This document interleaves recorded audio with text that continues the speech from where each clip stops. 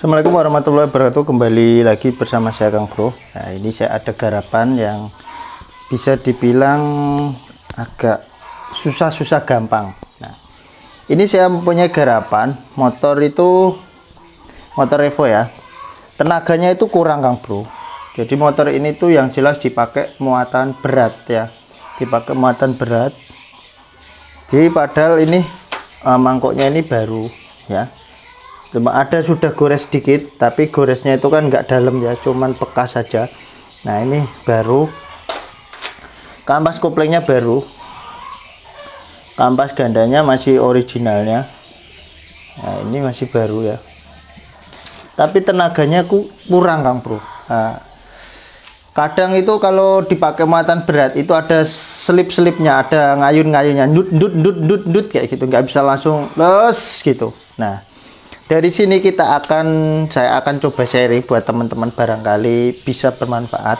Nah,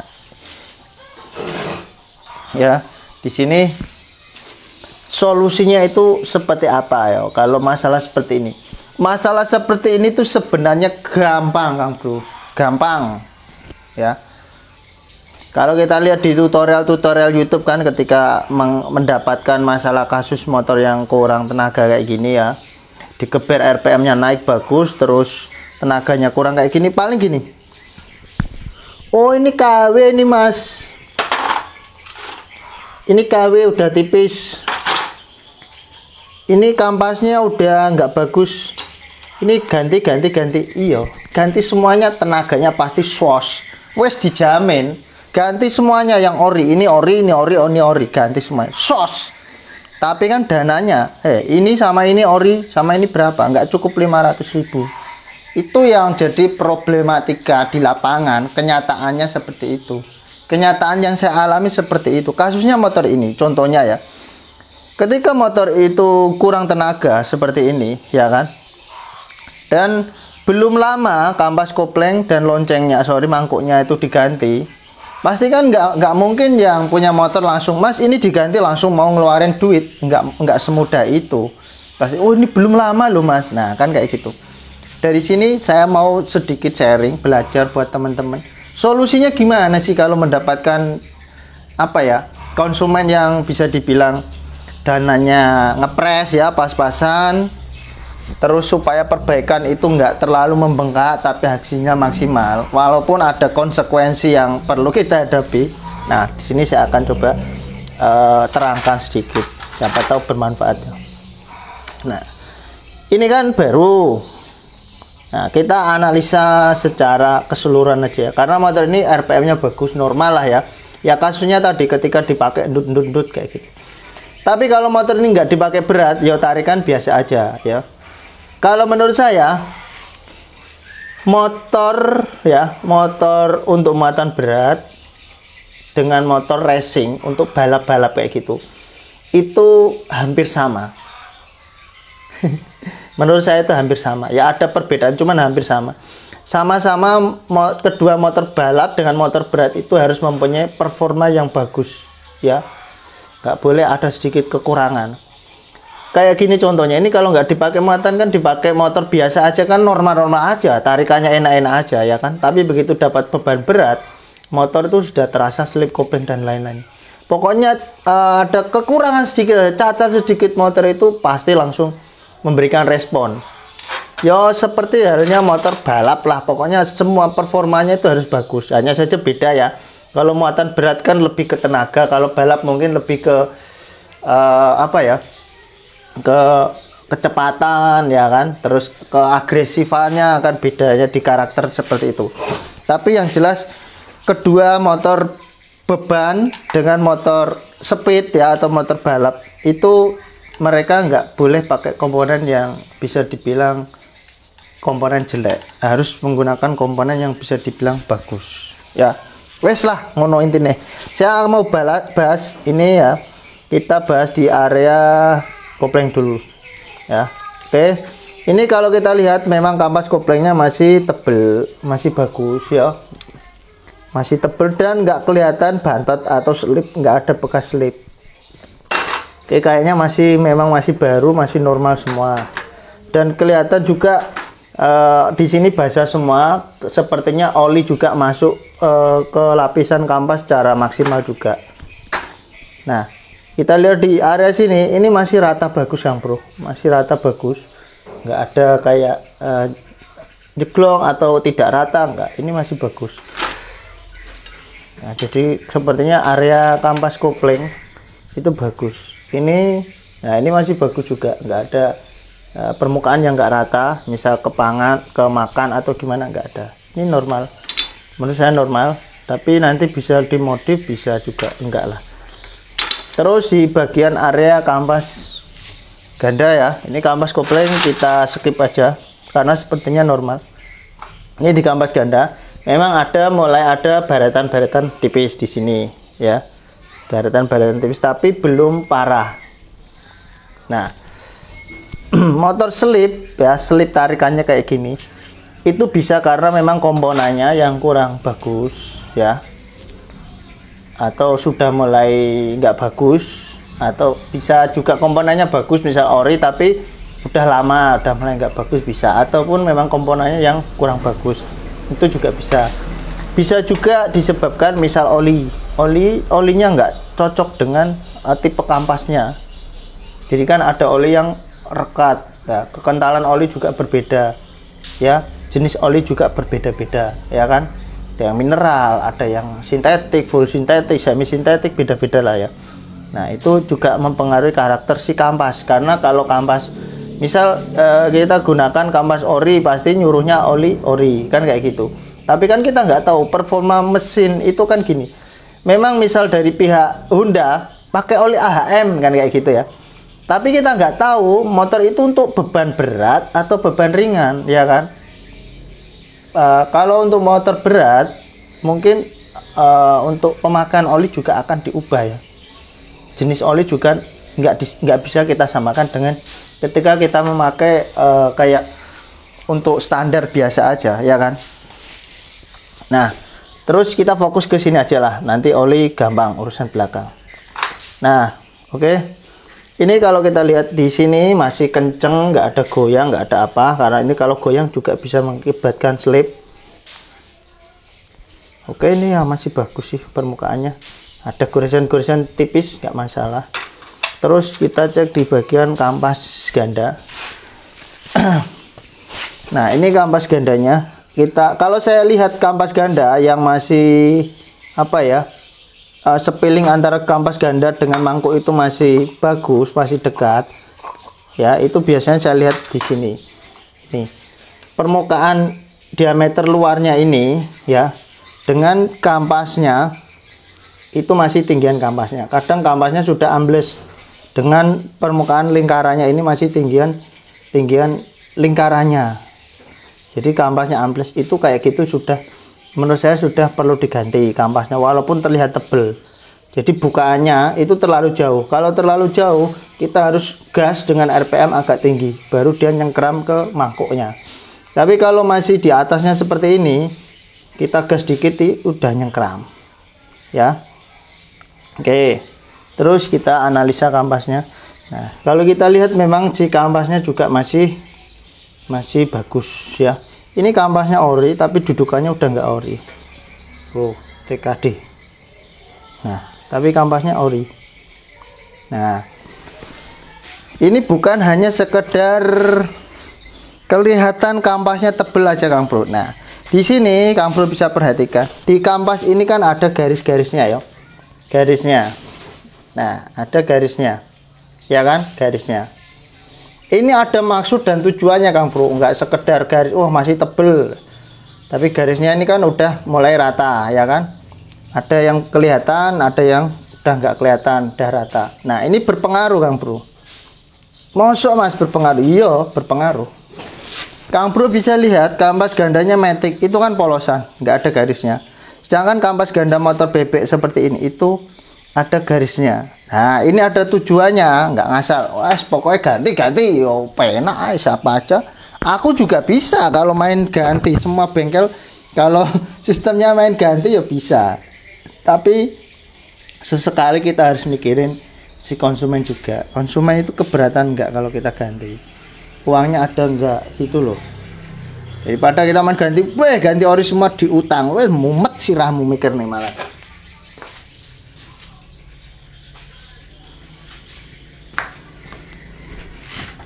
Nah, di sini di kampas ini ya. Kampas yang masih bagus selain ininya tebal, bahannya bagus, materialnya, itu sirip-sirip jalurnya ini juga harus ada, Kang Bro, harus ada. Kalau udah nggak ada kayak gini, ini menandakan udah nggak bagus atau kurang bagus. Tapi soal garis sirip ini nanti kita bisa bikin lewat gerinda, bisa pakai pisau, pakai gergaji besi juga bisa kita bikinkan, karena kampasnya memang masih agak tebel. Nah, seberapa penting sih garis ini untuk motor bebek kayak gini? Nah, jadi gini, saya contohin sedikit. Ini kan kayak gini. Ketika motor itu hidup, ini terhubung ke keras, jadi ada gaya sentrifugal yang memutar si kampas ganda, ya, memutar si kampas. Terus terjadilah lemparan, ya, memutar si kampas ganda. Nah, saat kampas ganda itu terlontar, berputar, misal di bawah 1500, ini belum ngebuka, Kang Bro, masih posisinya kayak gini aja. Tapi ketika motor itu sudah kita gas, misal pakai jalan kayak gitu ya, di atas 1500 rpm, ini udah mulai buka gitu ya, buka. Jadi si permukaan kampas ini dia akan bertemu dengan permukaan si loncengnya atau mangkuknya sini, tak, kan kayak gitu ya. Nah, karena motor ini kan sistemnya basah, kampas basah, terlumasi oli, ya kan, terlumasi oli. Nah, jadi otomatis di bagian mangkuk sini ada oli, Kang Bro, ada cipratan oli yang masuk di area mangkuk. Tujuannya ya banyak sih, selain untuk melumasi si mangkuk ini biar nggak panas, biar nggak terjadi overheat, gesekan antara mangkuk dan ini, juga melumasi, membuat ininya awet, kampasnya juga awet, ya kan, pastikan ada maksud dan tujuannya. Nah, selain fungsi-fungsi itu semua, nah karena adanya penumpukan oli di sini, saat ini berputar set kayak itu kan, otomatis kan banyak oli di sini. Nah, saat ini buka tutup, ya kan, gini ya, buka tutup. Nah, kalau ini bantet, bukan bantet, kalau ini permukaan jalur olinya udah nggak ada, kayak gini ya, udah nggak ada. Nah, ini kan udah nggak ada ya, bisa dibilang udah nggak ada. Ada sedikit tapi nggak terlalu kelihatan, nggak terlalu kentara. Nah, jadi saat buka gini, tek kan itu, karena di sini ada oli, pas dia buka gini, tek, terjadilah yang namanya slip. Ya, terjadilah yang namanya slip. Karena ini permukaannya rata, Kang Bro, ini rata. Ini rata, ya kan, ini rata. Beda ketika jalurnya ini masih dalam. Begitu ini buka, dak gitu ya. Nah, berputar set, langsung kampas ganda buka, tek gitu. Jadi pas ini buka, oli itu langsung masuk ke alurnya semua, masuk ke jalur-jalurnya. Pas buka gini, masuk ke jalur-jalurnya. Jadi kampas ini benar-benar dia langsung nyengkram di besinya ini, des gitu ya, benar-benar nyengkram, tak. Karena pas gini ada oli, tak, karena ini buka gini, oli dia masuk ke jalur sini, masuk ke jalur sini. Nah, masuk ke jalur sini. Fungsi dari jalur itu kayak gitu, mempermudah pergerakan keluar masuknya oli. Jadi begitu tak gitu kan, masuk ke jalur langsung kebuang lewat sini, masuk ke jalur lewat kebuang kayak gitu. Nah, kalau permukaannya rata, polosan, nah misal ini tanganku ini kan polosan ya, nggak ada garis-garisnya. Ketika ada oli di sini, saya tempel gini kan pasti licin, ya kan. Tapi ketika ini ada gripnya, ada alurnya, ketika saya gini kan, set gitu, oli pas ditempelin gini, oli akan masuk ke, otomatis dia akan masuk ke jalurnya sendiri. Jadi tidak mudah, tidak membuat selip si kampas. Nah, itu perbedaannya. Kenapa di sini ada, nah itu fungsinya ya, itu fungsinya kenapa di kampas ganda tipe basah kayak gini selalu ada jalur-jalurnya. Dan kenapa kalau jenis matic kok nggak ada, Mas? Beat apa kok nggak ada? Karena dia tipenya kering, Kang Bro, kering, nggak ada olinya, jadi dia tidak butuh jalur oli. Ini tujuannya untuk jalur oli, ini garis-garis ini. Karena tipenya dia kering, das gitu ya, nggak butuh jalur oli. Dan itu pun walaupun kampas gandanya kering kayak beat ya, itu pun masih gampang redek, masih gampang selip. Padahal nyata-nyata kering. Makanya di motor jenis Matic, kalau silnya bocor, sil entah sil gardan atau sil krek as depan, nah silnya bocor nyiprat ke area mangkuk kayak gini, udah yang dirasain apa? Gredek karena slip set. Nah, itu karena motor Matic itu nggak ada alur jalur olinya kayak gini. Nah, gitu loh. Oke.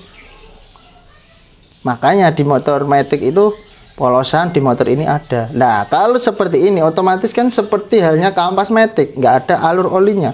Sedangkan motor ini itu dibasahi oleh oli, Kang Bro. Nah, kalau nggak ada jalur olinya, otomatis ini akan terjadi slip. Nah, ya PR saya kali ini yaitu membuat, karena ini nggak diganti, kelihatan masih tebal. Jadi saya akan membuat jalur-jalur lagi, jalur oli.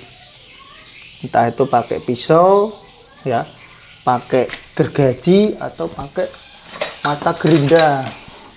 Kalau nggak punya mata gerinda ya digergaji gini, dibikin jalurnya, diperjelas, biar nanti oli itu bisa melewati. Nah, bisa terbuang. Kalau posisi kampas ganda itu buka, oli itu bisa masuk ke area got-gotnya ini. Nah, area ke jalurnya. Itu loh Kang Bro, ini fungsinya. Dikira ini enggak berfungsi. Ya, ini berfungsi. Nah, terus yang kedua, untuk mengantisipasi lagi terjadinya slip, selain kita memperbaiki jalurnya, nanti saya akan buat lubang lagi di area sini. Tapi jangan terlalu banyak lubangnya ya, jarang aja. Agak di tengah atau di samping nggak apa-apa, jarang. Itu bertujuan memberikan traksi ya, bukan untuk membuang oli yang di sini ya. Maksud saya, kalau misal kebetulan dia bisa membuang oli juga ya nggak masalah sih. Tapi kalau terlalu terbuang juga, nanti di sini kering, kampas juga mudah gosong, mudah aus juga. Ya, jadi tujuan saya itu ketika si kampas ini buka, dia bisa kena traksi lubangnya. Jadi di sini saya lubang. Duh, apa nggak rusak Mas? Apa nggak merusak? Mungkin pertanyaan seperti itu sudah muncul di benak Anda semua ya. Kok malah dilubangin, kan ngerusak Mas? Kalau saya pilih opsi ya, saya lubangin atau saya ganti, atau Anda ganti baru, pilih mana? Ini yang nyata baru, udah nggak ada traksinya, iya kan? Nah, saya saranin ganti baru. Gimana? Kira-kira mau nggak ngeluarin uang 400.000 untuk beli lonceng kayak gini, atau 500.000? Nah, karena mungkin ini belum lama, kan masih sayang, masih eman, ya kan? Daripada diganti baru lagi, mending kita manfaatin gitu. Maksud saya itu kayak gitu, kita manfaatin. Toh barangnya juga masih bagus, masih tebel, Mas. Kan lumayan kalau kita beri traksi terus bisa dipakai 2 tahun kan. Nah, sambil nungguin dana terkumpul lagi, ya kan? Nanti kita bikin lubang di sini. Terus kita bikin alur lagi di sini biar sirkulasi olinya menjadi bagus. Nah, kalau pingin ekstrim lagi ya ini kita lubangin juga di bagian sini. Sini samping boleh, bagian tapaknya sini juga boleh. Tapak sini atau sini. Nah, tapi kalau untuk bagian ini kayaknya saya nggak akan ngelubanginya karena terlalu ekstrim, dan barang yang ini masih bagus ya, kelihatan nggak ada slip, jadi nggak perlu dilubangin, nggak apa-apa. Tapi kalau pengen dilubangin ya nggak apa-apa, ya nggak masalah. Kalau pengen ini kering aja, pengen kering nggak ada lubangnya, itu kan untuk membuang oli supaya lebih cepat, nggak usah dipasang ini aja, dia kering. Ini kan terbasahi ini terus, ini nggak usah dipasang. Jadi oli yang masuk ke kampas kopling itu cuman ngandelin cipratan aja, nggak di mangkuk kayak gini. Itu juga bisa. Kayak contohnya ya kayak motor Karisma, apa dia nggak pakai mangkuk seperti ini, nyatanya ya kuplingnya tetap bagus-bagus aja. Itu loh, daripada kita merusak dengan metode dilubangin. Kalau saya mendingan ini dilepas, nggak usah dipasang.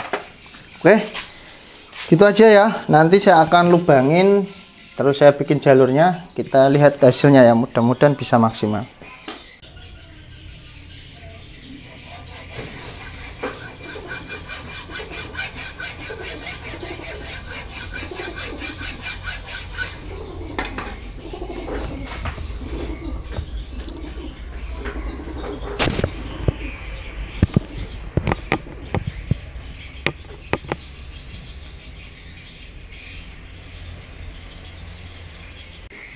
Nah oke Kang Bro, nah ini loh contohnya ketika kampasnya udah saya bikinin parit-parit olinya. Nah kayak gini kan, tadi kan udah polos ya, sekarang ada alurnya. Insya Allah nanti ketika dia buka, oli itu akan masuk ke jalur-jalur ini, jadi tidak membuat kampas slip. Nah ini untuk bagian kampasnya, terus ini untuk bagian mangkuknya saya kasih 4, 1 2 3 4 ya, posisinya semuanya di tengah.